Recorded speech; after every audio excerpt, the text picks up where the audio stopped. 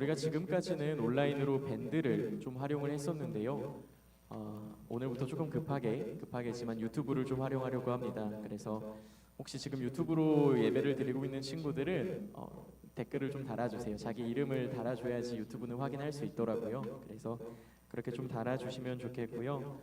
우리 주보 가운데 보면은 이런 종이가 하나 들어있을 겁니다. 이 종이는 가정 예배를 독려하기 위한 큐팅이라는 제목으로 가정 예배를 독려하려고 합니다.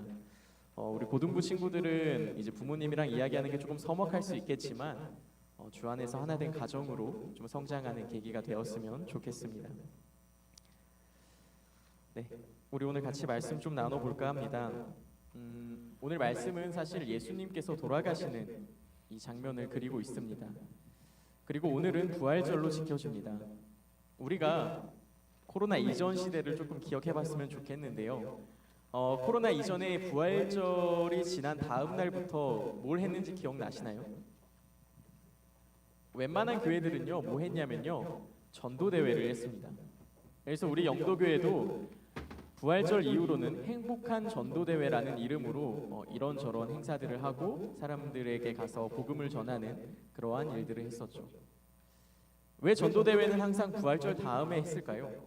그리고 우리가 전도를 하러 나갔을 때 이런 말을 하죠. 예수님 믿으세요 라고 말합니다. 근데 어떤 연구 결과에 따르면은 이런 연구 결과가 있습니다. 예수님을 믿으세요. 정확히 물음표 붙일게요. 예수님을 믿으세요? 라고 물어봤을 때 왜 믿으세요? 이 질문에는 뭐 어려서부터 다녀서요. 아니면 부모님이 믿고 저도 그냥 따라오다 보니까 이렇게 됐어요. 아니면은 친구 따라왔는데 여기까지 왔습니다. 아니면은 아직 처음이라 잘 모르겠습니다. 이런 답변들이 많다고 합니다. 물론 이제 극소수로 어떤 답변이 있냐면 예수님께서 나의 구세주이십니다 라는 답변이 있는데 사실 믿는 사람들도 이 답변을 하기는 조금 민망할 수 있어요. 그래서 이제 퍼센테이지가 좀 낮게 나올 수는 있습니다만 한 가지 확실한 거는 예수님을 왜 믿으세요라는 질문에 해당했던 이 답변들은 왜 교회에 다니세요라는 질문에 대한 답변과 거의 유사하다는 겁니다. 그런데 교회를 다니는 것과 예수님을 믿는 것은 전혀 별개의 일이거든요. 그런데 우리는 교회를 다니는 것과 예수님을 믿는 것을 거의 하나로 보고 있습니다. 그럴 만도 합니다, 사실. 조금 더 구체적으로 좀 더 자세히 들어가면은 틀린 말은 아니에요. 맞는 말입니다. 그렇다면은 우리는 도대체 예수님의 뭘 믿는 걸까요? 우리는 예수님의 무엇을 믿는 거고 우리는 예수님에 대해서 예수님 믿어? 믿지. 뭘? 어떻게? 왜? 이런 질문에 대해서 뭐라고 답변을 해야 될까요? 그 중에서 여러 가지가 답변이 돼야겠지만 다 답변을 해야겠지만 오늘은 죽음과 부활에 대해서 이야기하고자 합니다. 우리가 예수님을 왜 믿으세요? 또는 예수님의 뭘 믿으세요? 라고 했을 때 한 가지 고백할 수 있어야 되는 거는 저는 예수님의 죽음과 부활을 믿습니다 라고 고백할 수 있어야 돼요. 그러면은 예수님의 죽음과 부활이 우리랑 도대체 무슨 상관이 있길래 우리가 그것을 믿어야 되냐? 이런 질문이 들 수 있습니다. 그래서 고린도전서 15장에는 이렇게 고백합니다. 우리 고린도전서 15장 14절, 15절의 말씀을 같이 읽어봤으면 좋겠습니다. 같이 읽겠습니다. 시작. 그리스도께서 만일 다시 살아나지 못하셨으면 우리가 전파하는 것도 헛것이요 또 너희의 믿음도 헛것이며 또 우리가 하나님의 거짓 증인으로 발견되리니 우리가 하나님의 그리스도를 다시 살리셨다고 증언하였습니다. 만일 죽은 자가 다시 살아나는 일이 없으면 하나님이 그리스도를 다시 살리지 아니하셨으리라. 사도 바울이 고린도 교회에게 이 복음을 전할 때요, 예수님의 부활이 없다면, 그리고 부활하기 위해서는 죽음이 있어야겠죠. 즉 예수님의 죽음과 부활이 없다면 우리의 믿음이 헛것이다, 아무것도 아니다라고 이야기하고 있습니다. 그러니까 예수님을 믿는다 이 말에는 죽음과 부활이 반드시 포함되어야 한다는 것이죠. 실제로 우리가 조금 편하게 이야기해 봅시다. 나 어떤 사람을 믿어 이렇게 했을 때 그 사람의 돈을 믿던지 성품을 믿던지 실력을 믿던지 뭐 한 가지는 믿을 거 아닙니까? 그 사람의 돈을 믿는다면 나는 그 사람의 돈을 가지고 어떻게 해볼 생각인 거고요. 그 사람의 성격을 믿는다면 그 사람을 신뢰할 만하다는 거고요. 다 그런 거 아니겠습니까? 그럼 우리는 예수님의 죽음과 부활을 믿는다고 했는데 이 죽음과 부활에 대해서 좀 이야기해보고자 합니다. 이야기를 다시 처음으로 돌려서 예수님 왜 믿으세요? 아니, 우리가 전도하러 갔을 때 이런 얘기합니다. 예수님께서 당신을 위해서 죽으셨습니다. 조금 더 구체적으로 이야기해 볼까요? 예수님께서 당신의 죄 때문에 죽으셨습니다 라고 이야기합니다. 그럼 사람들이 뭐라고 이야기하냐면요, 저는 죄를 지은 게 없습니다 라고 이야기하거나, 또는 죽어달라고도 안 했는데 왜 죽으셨을까요? 라고 답변합니다. 이거는 굉장히 이제 제가 매너 있게 변화시킨 거고, 강렬하게 변화시켜서 이제 욕설이, 비속어가 섞일 수도 있겠죠. 그럼 이 두 가지 질문에 대해서 한번 이야기를 해보자는 겁니다. 우리는 죄라는 단어를 교회 안에서만 들었기 때문에 되게 뭐랄까 나쁘게 봐요. 근데 나쁜 거 맞아요. 나쁜 거 맞는데 사실 이 죄라는 단어는 대단히 주관적인 단어입니다. 왜냐면은 어떤 사람이 죄를 범했습니다, 죄를 지었습니다 말하려면은 기준이 있어야 돼요. 그래서 우리나라에서는 법이라는 기준을 놉니다. 그렇죠? 그런데 이 기준도 나라마다 달라요. 우리나라는 총기를 소지하면은 불법입니다. 죄를 지은 거예요. 근데 미국은 총기를 소지해도 괜찮아요. 우리나라는 여러분한테 이런 말을 다 컸으니까요. 대마초를 가지고 있으면은 불법이에요. 재배해도 불법이고 피면 더욱더 안 돼요. 안 됩니다. 안 돼요. 불법이에요. 그런데 캐나다에서는 거의 합법이에요. 신기하죠? 같은 사람이고 같은 지구 안에 사는데 기준에 따라서 어디서는 법에 위배가 돼서 벌을 받고요, 어디서는 자유롭게 할 수 있다는 겁니다. 그렇기 때문에 이 죄라는 단어는 대단히 주관적인 단어예요. 그러니까 예수님을 믿지 않는 사람한테 당신은 죄인입니다 라고 하는 거는 내 기준을 그 사람에게 갖다 대는 거죠. 굉장히 주관적이고 이기적인 행동이라는 겁니다. 근데 그렇다고 이 말이 틀렸냐? 그건 또 아니에요.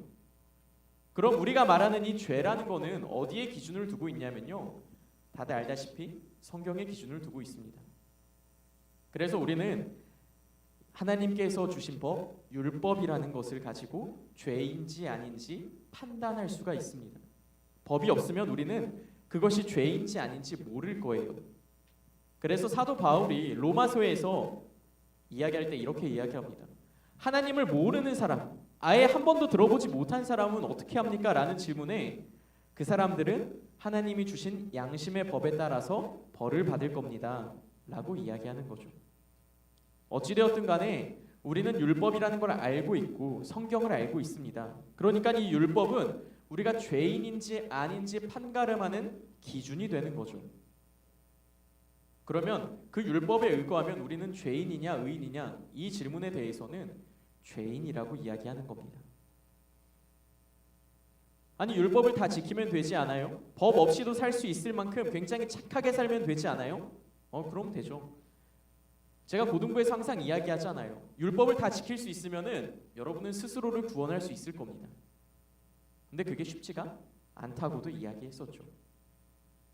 성경에서 말하는 죄라는 단어는 여러 가지 의미를 가지고 있겠지만 빗나가다라는 의미를 가지고 있습니다.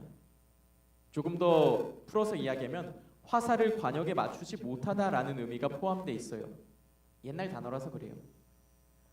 그래서 이 단어가 하나님이랑 결합되면 어떻게 되냐면요, 하나님으로 향하지 못하다라는 거를 성경에서 죄라고 정의합니다. 그러니까 하나님으로 향하지 못하는 것은 다 죄가 되는 것이죠. 그러니까 우리가 예수님을 믿지 않는 사람에게 당신이 죄인입니다 라고 이야기할 수 있는 거예요.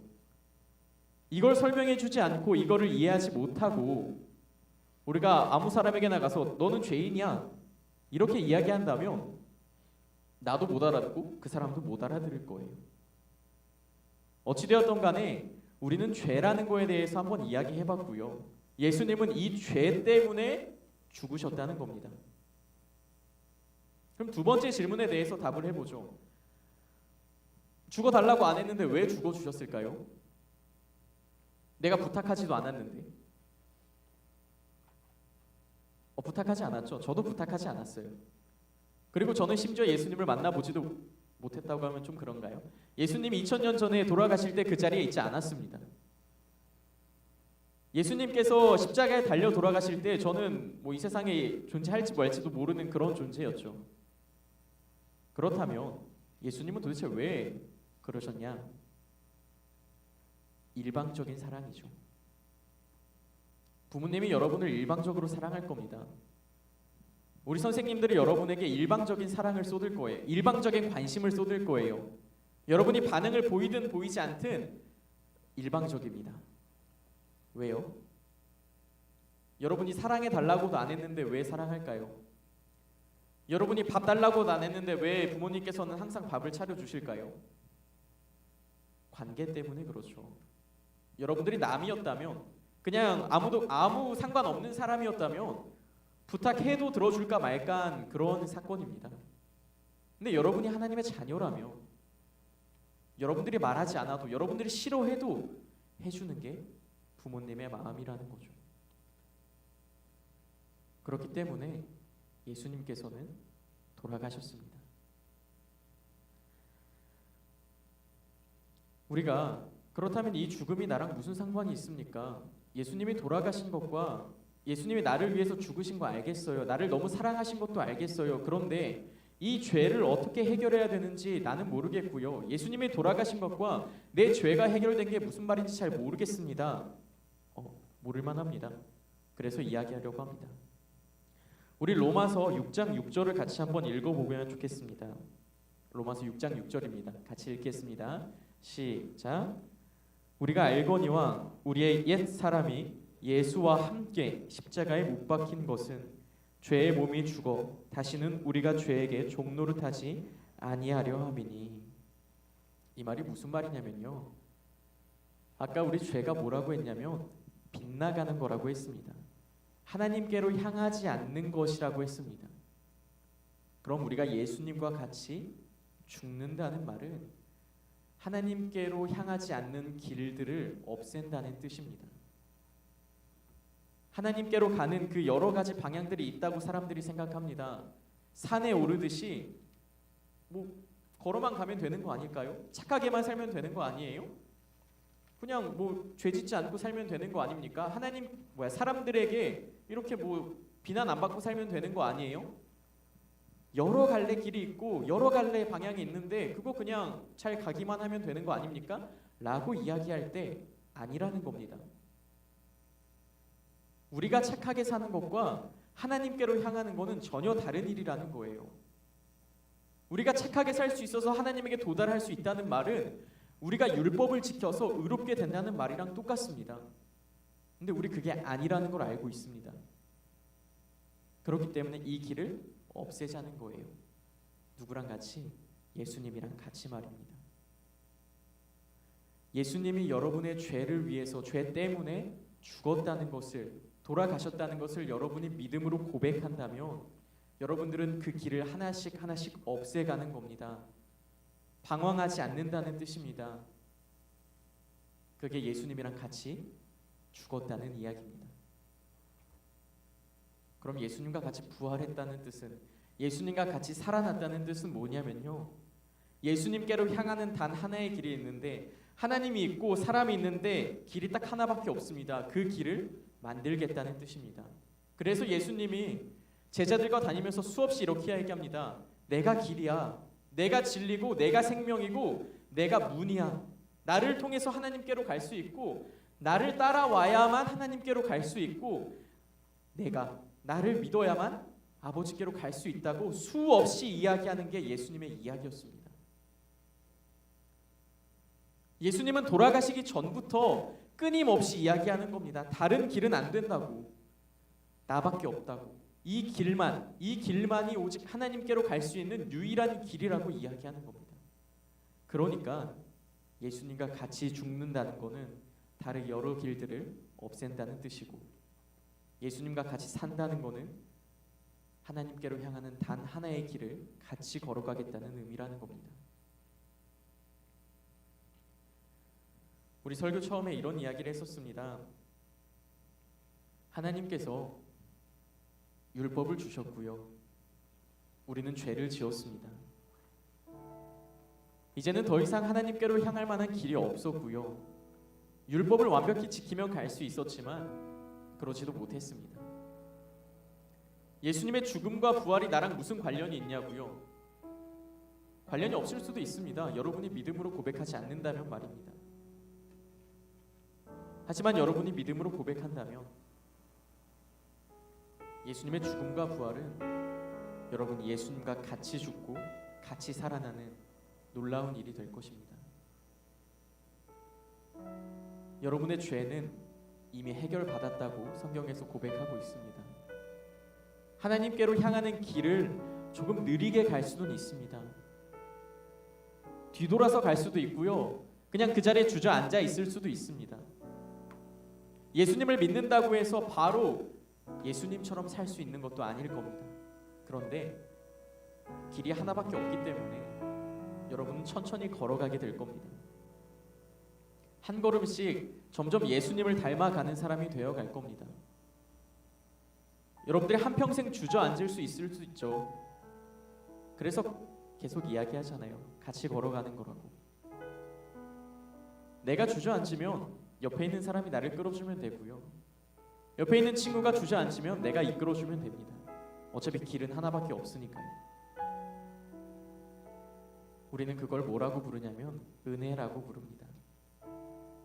하나님께서 그리고 예수님께서 성령님께서 다른 길로 가지 못하게 단 하나의 길밖에 안 두셨고 우리는 그 길 안에서 싸우기도 하고 다투기도 하고 주저앉기도 하고 울기도 하고 화내기도 하지만 그래도 같이 걸어갈 겁니다.